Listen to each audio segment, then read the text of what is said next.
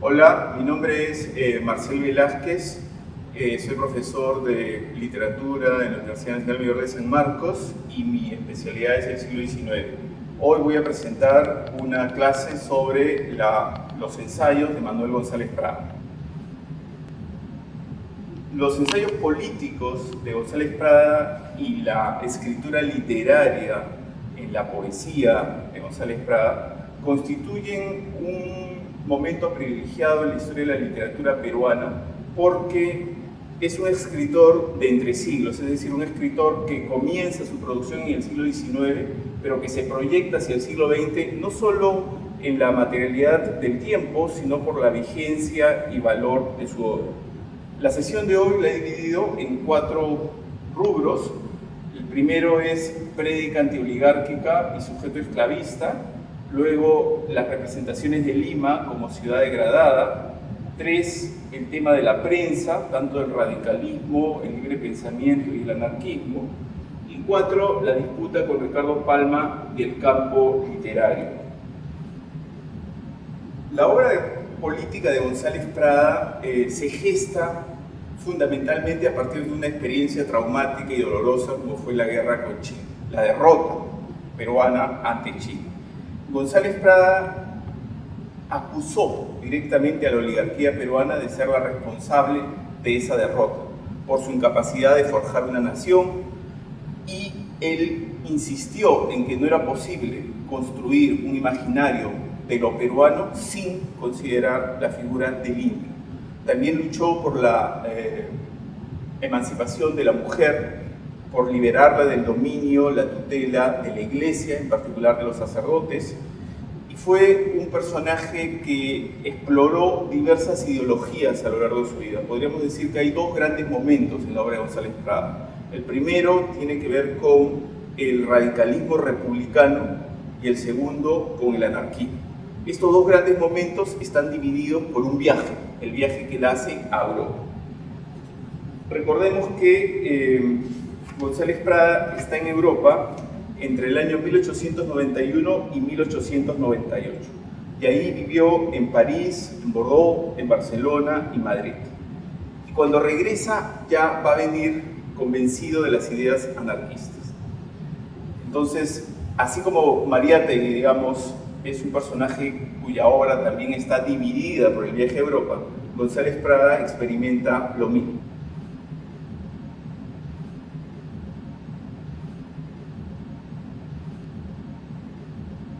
Después de la derrota ante Chile, en la denominada Guerra del Pacífico, la sociedad peruana quedó muy conmocionada y muy presta a escuchar diagnósticos de su situación actual.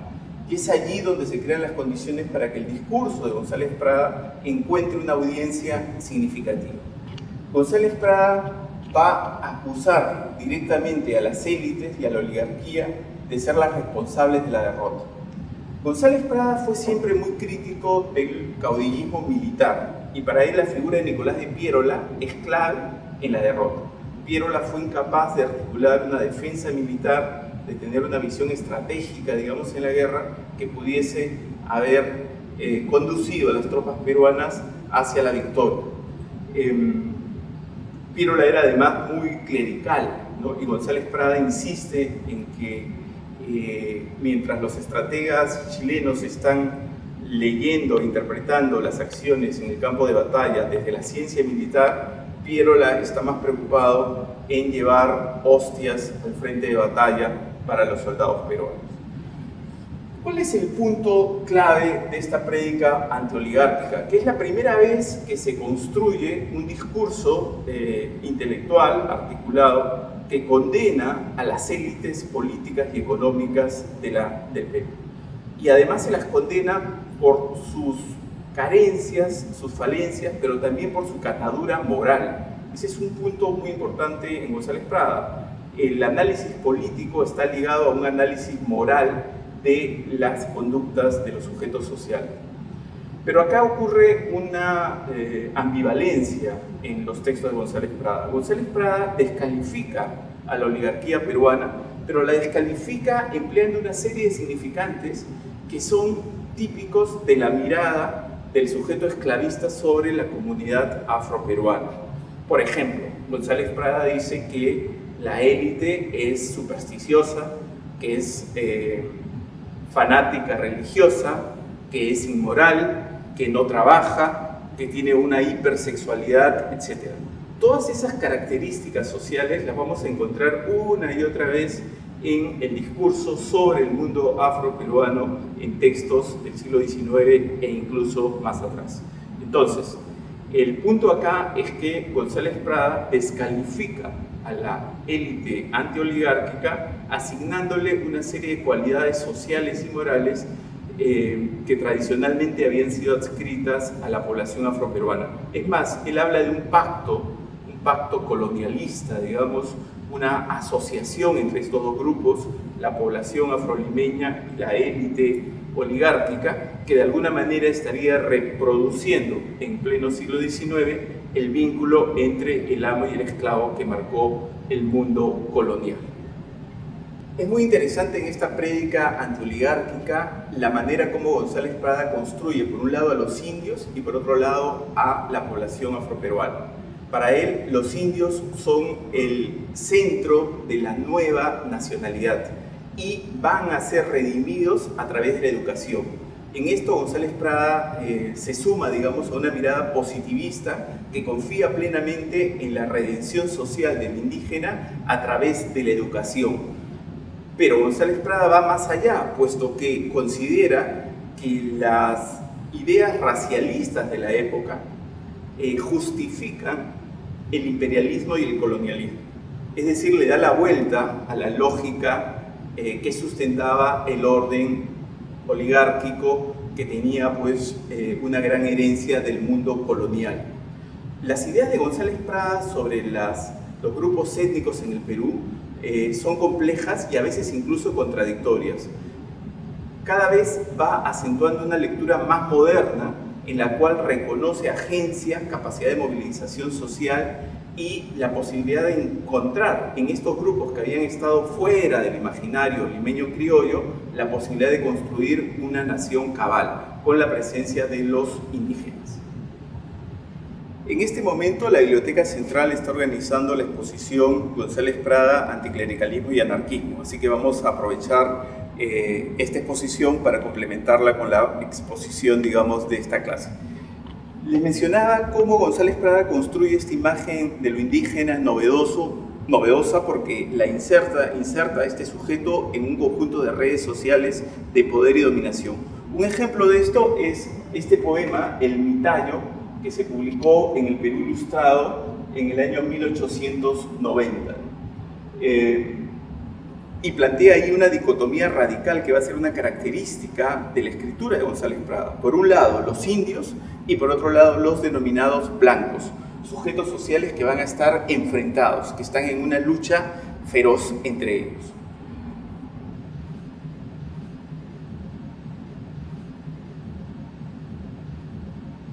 González Prada también reflexiona y representa la ciudad de Lima en diversos textos, y su visión es siempre muy negativa. Lima es una ciudad degradada, Lima es el núcleo purulento de la sociedad peruana, Lima es el lugar donde se malea la gente, el lugar donde se aprenden las prácticas sociales de la corrupción.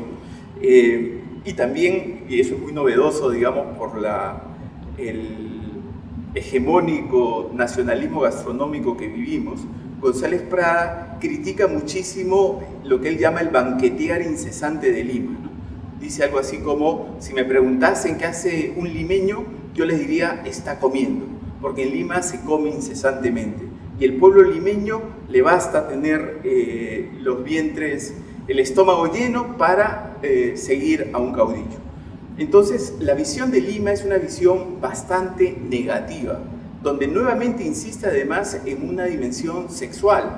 Lima es un espacio donde no se respetan las parejas, donde la élite ha abusado tradicionalmente de sus esclavas y donde hay una constante fiesta, tanto carnavalesca, donde hay comida, donde hay sexo, donde hay baile, y donde el trabajo, la educación, la productividad son valores completamente ajenos. Entonces, González Prada arremete contra esta visión tradicional de entender Lima. Y por supuesto pone la esperanza ¿dónde? En las provincias. Para él, la juventud y las provincias son los actores sociales que van a transformar la ciudad de Lima y que pueden alimentar la esperanza.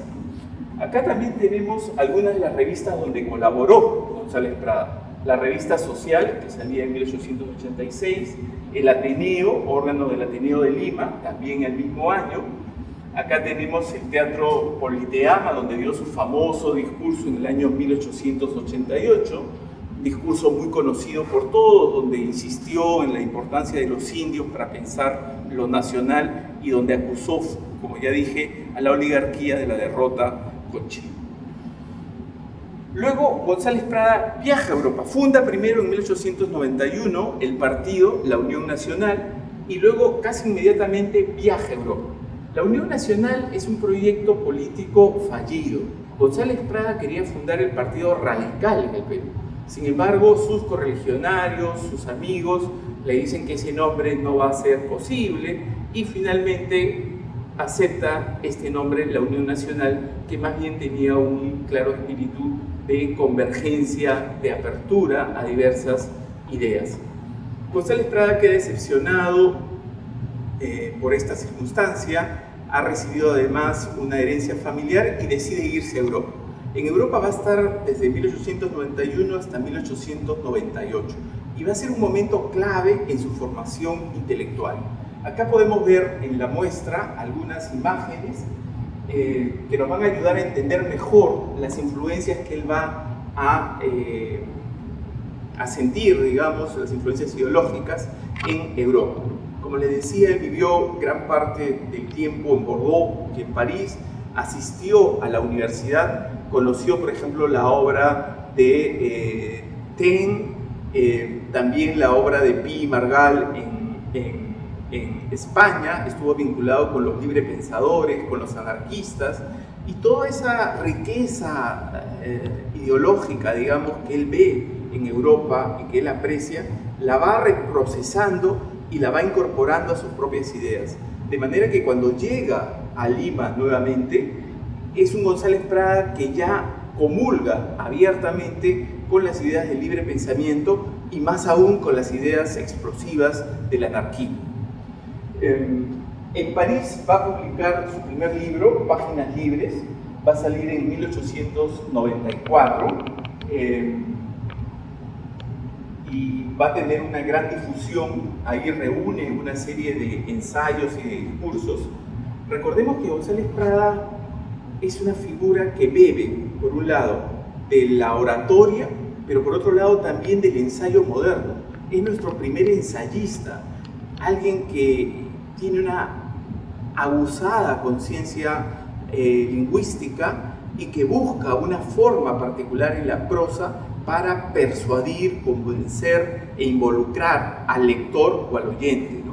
Esa maestría, digamos, esa alta capacidad de modelar el lenguaje en González Prada se nota ya en este primer libro, Páginas Libres. Lo escribe Páginas con J, porque también era alguien que creía necesario reformar las reglas del español, como muchos otros escritores americanos en ese momento.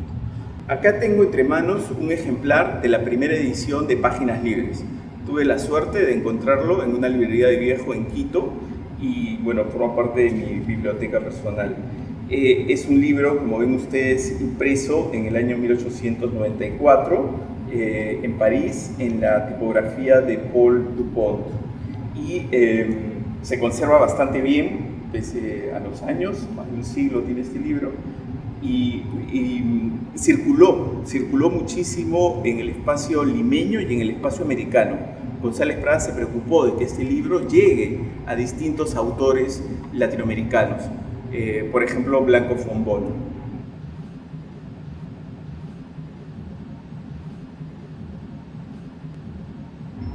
Quiero pasar entonces ahora al tercer momento de esta presentación, que tiene que ver con la experiencia del radicalismo, del libre pensamiento y del anarquismo. González Prada, como decíamos, regresa convencido de las ideas anarquistas y va a participar en dos grandes proyectos periodísticos. Uno de ellos es Germinal. Germinal es una prensa muy singular porque de alguna manera expone los ideales del partido La Unión Nacional, que se revitaliza con la llegada de González Prada, pero por otro lado es el lugar para discutir y debatir una serie de problemas sociales que se consideraban acuciantes en ese momento y que sin duda lo eran, ¿no? Por ejemplo, el tema de las ideas higienistas, cómo difundir entre la población prácticas sociales de salubridad. El tema del alcoholismo también era una preocupación. Recordemos que las ideas de la degeneración eran muy frecuentes a finales del siglo XIX en América Latina y se pensaba de que la sociedad como un cuerpo social estaba sometido a una serie de peligros que podían afectarlo de manera capital. Y entonces se intentan pensar estos problemas sociales. La prostitución, las enfermedades, el alcoholismo son vistos como males sociales que afectan al cuerpo. Y Germinal va a estar en esa dinámica.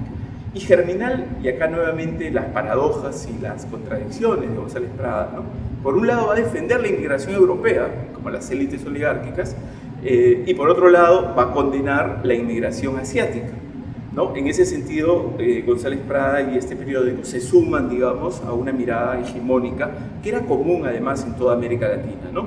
La confianza en que la inmigración europea iba de alguna manera, entre comillas, a fecundar la raza latina y se iba a lograr un resultado de progreso, de mejoría social en estas tierras. El otro gran proyecto de González Prada es Los Parias, que es mucho más interesante porque es un periódico, una prensa anarquista. Es el primer periódico plenamente anarquista y que rompe además con una serie de procedimientos. Por ejemplo, este periódico no tenía precio, no se vendía, se distribuía gratuitamente entre los obreros y los artesanos. Los Parias estuvo vigente entre 1904 y 1910. Acá tenemos la cabecera de Los Parias, vemos claramente que dice por la redención social, una especie de subtítulo, dice acá por suscripción voluntaria y publicación eventual. ¿Por qué publicación eventual? Porque no podían garantizar una periodicidad, ¿cierto? Y como les decía, suscripción voluntaria porque no se pagaba por el periódico, ¿no? Los Parias tenía una autopresentación que creo que vale la pena leer. Esta hoja no sirve de vehículo a personales ambiciones ni está vendida al oro burgués. Cuenta para sostenerse solo con las erogaciones voluntarias de aquellos que, preocupándose de la futura suerte de la humanidad, quieren contribuir a preparar el grandioso día de la aurora social, ayudándonos con nuestra propaganda. Los Parias, 1904. Entonces, este es un periódico que abiertamente asume las banderas del anarquismo, es decir, divide la sociedad entre ricos y pobres, está convencido, todos los que forman parte de este proyecto político, están convencidos de que la revolución tiene que llegar a través de una huelga general, una huelga armada. Son, por supuesto, enemigos furibundos de la Iglesia, del Estado, de la propiedad, pero también, y este es un punto interesante, del socialismo. González Prada también marca una distancia con las ideas socialistas. Él apuesta decididamente por el anarquismo y considera que el socialismo tiene una mirada sesgada, porque pone el énfasis solamente en la clase obrera, mientras que el anarquismo promete una redención de toda la humanidad. Entonces, en estos años, después de su viaje a Europa, en esta década, digamos ya en el siglo XX, González Prada va a mantener un activismo partidario, político y sobre todo en la prensa intenso. Él va a publicar con seudónimos en Los Parias. No vamos a encontrar la firma ni de sus iniciales ni de su nombre. Va a emplear una serie de seudónimos y muchas veces los textos de González Prada son los que abren el periódico, son los que aparecen en la primera página, ¿no? Entonces, la obra de González Prada en este momento se articula con los nuevos sujetos sociales, como los obreros de Vitarte, como los artesanos, como la Sociedad de Panaderos La Estrella, por ejemplo, y va a interactuar con muchos activistas italianos. Recuerden ustedes que muchos italianos que emigraron a fines del siglo XIX asumieron las ideas anarquistas y se encargaron de difundirlas en distintas sociedades, por ejemplo en Buenos Aires y también en Lima. Ya a inicios del siglo XX la influencia de González Prada es enorme dentro de los grupos intelectuales de Lima. Por ejemplo, una publicación hoy un poco olvidada, poco estudiada, es Fray Cabezón. Fray Cabezón se publicó entre 1907 y 1910. ¿Quién la dirigía? La dirigía Francisco A. Loaiza, que comulgaba, que coincidía con las ideas de González Prada y sobre todo defendía las banderas del libre pensamiento. Y tenía una simpatía, digamos, por el anarquismo, aunque no tenía la militancia que tenían los pares. ¿Cuál es la característica principal de Fray Cabezón? Que era una revista cómica, una revista humorística, pero que usaba la caricatura como arma principal para transmitir sus ideas. Acá podemos ver nosotros que Fray Cabezón fue la primera publicación que denunció los abusos sexuales de los curas en la ciudad de Lima. Acá podemos ver diversas caricaturas que van en ese sentido. Quizá la más dramática es esta, ¿no? Donde tenemos a un niño con una coraza que está protegiéndolo y donde se dice que ese debe ser el uniforme en los colegios de jesuitas para proteger a los niños, porque los ataques sexuales de los curas contra los niños limeños eran muy frecuentes y eran denunciados una y otra vez por esta revista. Entonces, esta revista recoge de González Prada esa mirada anticlerical, denuncia los abusos sexuales que ocurrían en ese momento, pero por otro lado también está influenciada esta revista por una mirada racialista contra la inmigración china.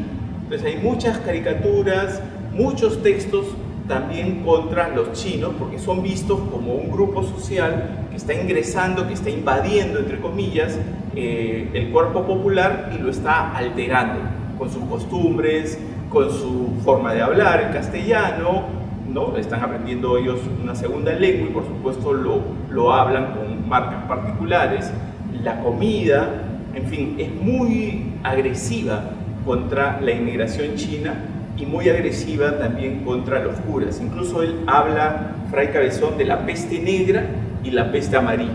La peste negra serían estos curas, muchos de los cuales también venían del extranjero, venían de España o de otros países europeos y se instalaban, digamos, en las estructuras de la iglesia peruana.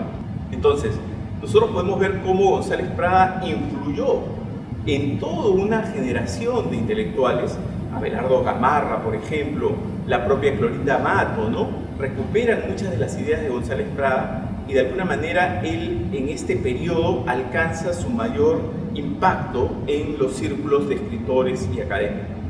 Y hacia 1909 se produce lo que algunos han llamado un desencantamiento, un alejamiento, una especie de desengaño quizá de los ideales anarquistas. González Prada ya no va a volver al tema del anarquismo y más bien va a ingresar en dinámicas distintas.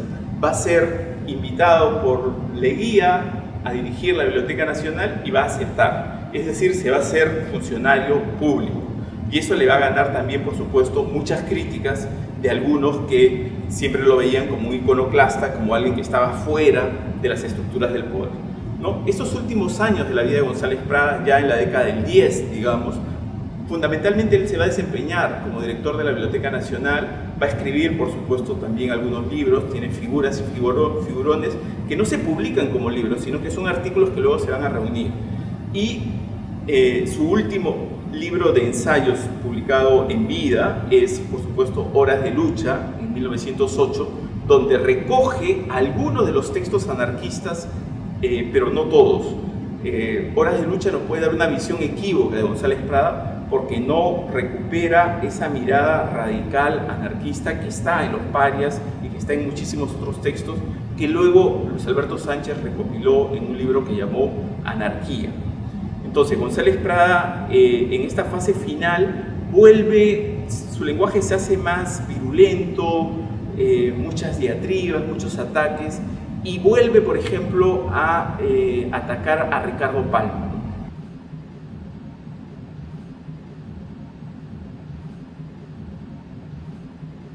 Y quiero terminar esta sesión un poco contraponiendo a ambos escritores, ¿no?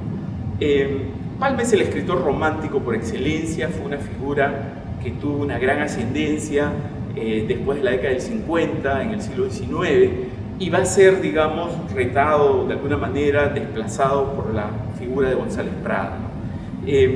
¿Cuáles son los puntos de conflicto?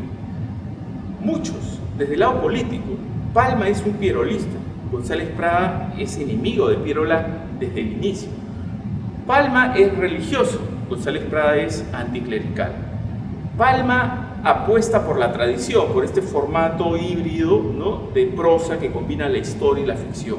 González Prada se burla de la tradición, dice que es una prosa microscópica, que son novelas raquíticas, que no tienen, digamos, ningún valor, ¿no?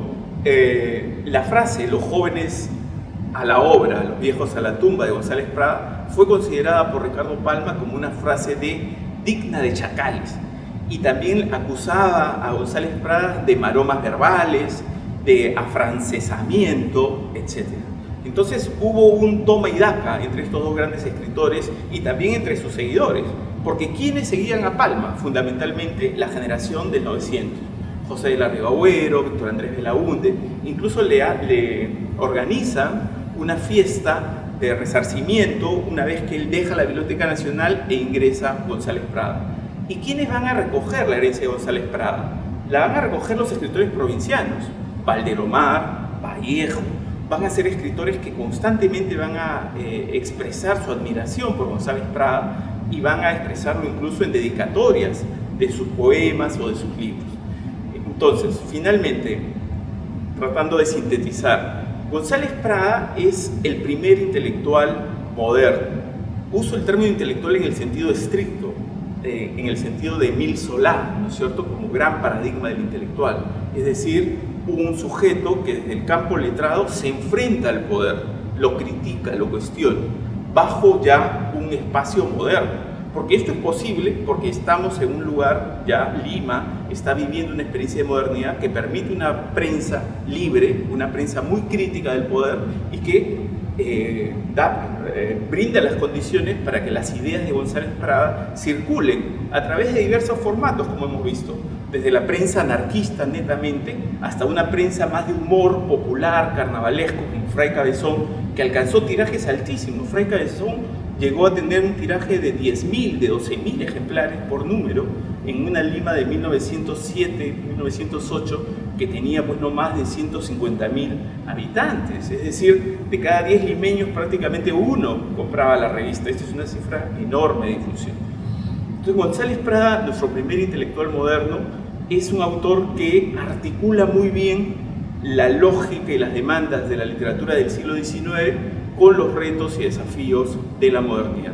Es un autor que además ha adquirido una dramática vigencia en un país como el nuestro, impregnado de la corrupción, en lucha permanente contra las malas prácticas. González Prada siempre denunció al poder corrupto y se enfrentó desde la palabra con beligerancia e inteligencia en pro de una mejor sociedad.